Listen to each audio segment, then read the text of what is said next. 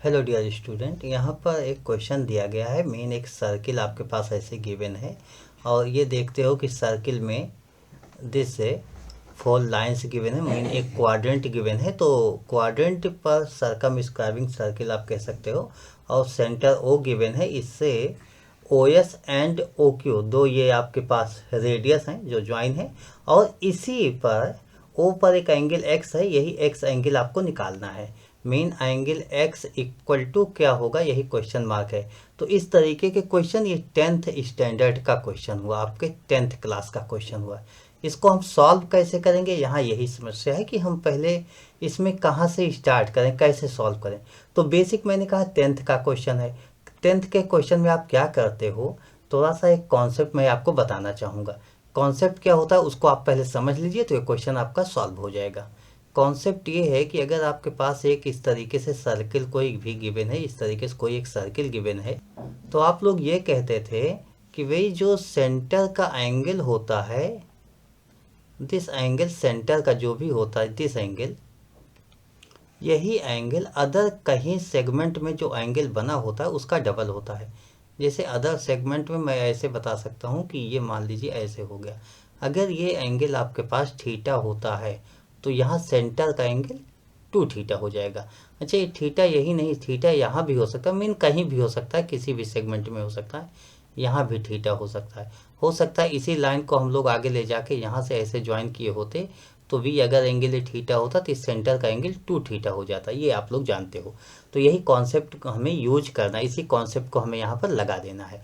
तो आइए हम लोग यहाँ पर यूज करते हैं। सबसे पहले हमें क्या करना है, यस ओ जो गिवन है इसी लाइन को आपको प्रोड्यूस करते हुए आगे तक लेके आना है और यहाँ तक लेके चले आना है।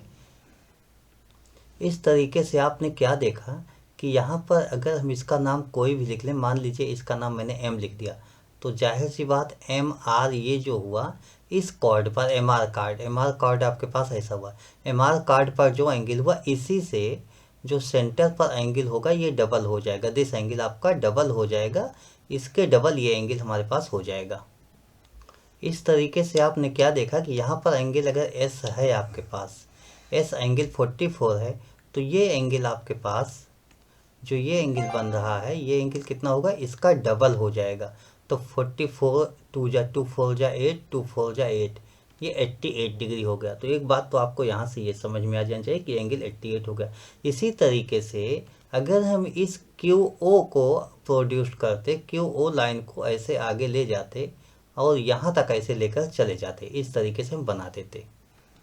तो यहाँ से हम लोग क्या देखते हैं कि इसको कोई भी नाम दे दो। यहाँ पर मान लीजिए मैंने एन नाम दे दिया, तो एन आर से अगर एन आर ज्वाइन किया जाए तो आपने क्या देखा कि एन आर एक कॉर्ड है और इस कॉर्ड पर जो एंगल बनता है 38 बनता है। तो इसका मतलब सेंटर का एंगल 38 का डबल हो जाएगा ये एंगल। 2 8 जा 16, 2 3 जा 6 1 7, दिस 76 डिग्री हो जाएगा। तो ये तो सिंपल सा आप ऐसे लिख सकते हो, मतलब आप यह लिखोगे कि गिवन वगैरह आप लिख लेना, उसके बाद कॉन्स्ट्रक्शन में नोट कर लेना। ये मैं आपको बता दे रहा हूँ, मान लीजिए एग्जाम में आ जाता है तो कॉन्स्ट्रक्शन में आप क्या लिखोगे, आप यही लिखोगे S O produced, produced which join circumference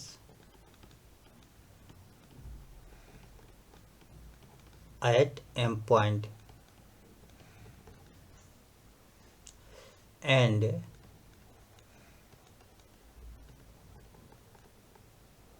produced, ये देखिए ये क्यू एस को भी आपने ये ओ क्यू को प्रोड्यूस किया है, and produce Q O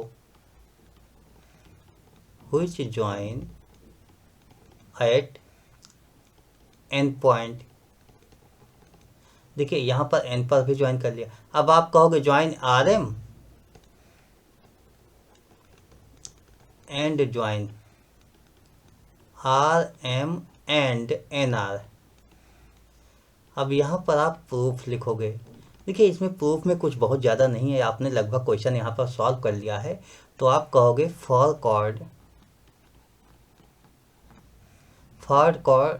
cord M are.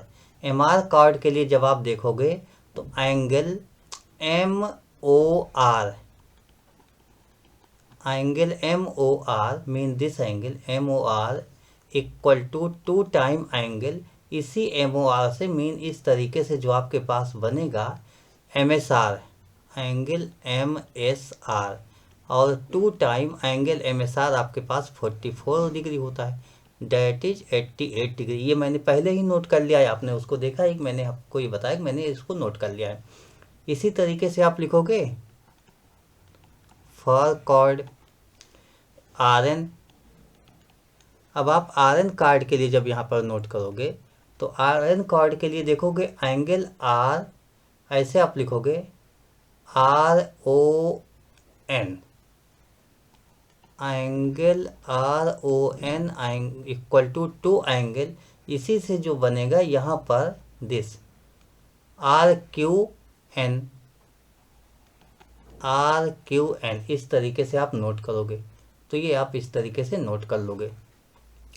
देखिए यहाँ पर RQN 38 है, तो ये आप वैल्यू पुट करोगे 2 इंटू 38, 2 8 जा 16, 2 3 जा 6 1 7, 76 एंगल RON, ये आपके पास आ गया। तो यहाँ तक तो मैंने ओरली वैसे ही सॉल्व कर लिया था, अपना फिगर बनाते हुए आपको सब समझा दिया था। अब आप यहाँ से यही लिखोगे कि angle SOQ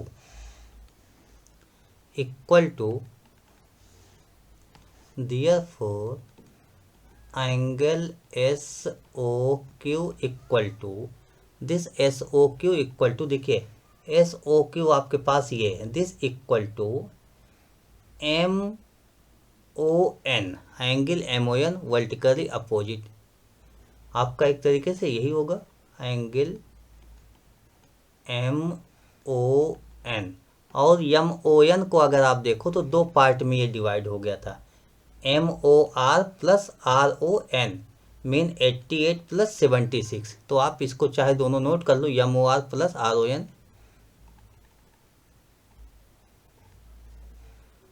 angle MOR plus angle RON, this आपके पास 88 प्लस 76 से आपके पास 164 डिग्री आ गया। आपके पास निकालना था वो आंसर आपके पास आ गया 164 degree, mean x equal to 164 degree, यही आपका आंसर हो। जैसे क्या देखा आपने, ये देखिए मैंने इसको हटा दिया तो 88 प्लस दिस 76, ये दोनों ऐड कर लिया गया तो 164 आ गया।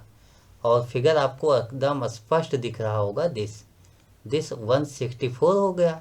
तो ये इसी का तो ये है, देखिए स्ट्रेट लाइन ऐसे बन रही तो वर्टिकल एक तरीके से अपोजिट ही हो गया एंगल आपके पास। हम इसको ऐसे देख लें, दिस और दिस, तो इस तरीके से बनता हुआ दिख रहा है।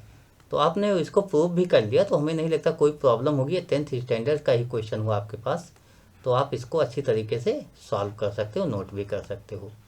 तो अब हम लोग मिलेंगे नेक्स्ट क्वेश्चन किसी में, और तब तक आप इसे अगर अच्छी तरीके से समझ में आ गया हो तो अपने दोस्तों के साथ शेयर भी कीजिए और उनको भी बताइए कि क्वेश्चन कैसे सॉल्व हुआ। Okay, thank you, bye.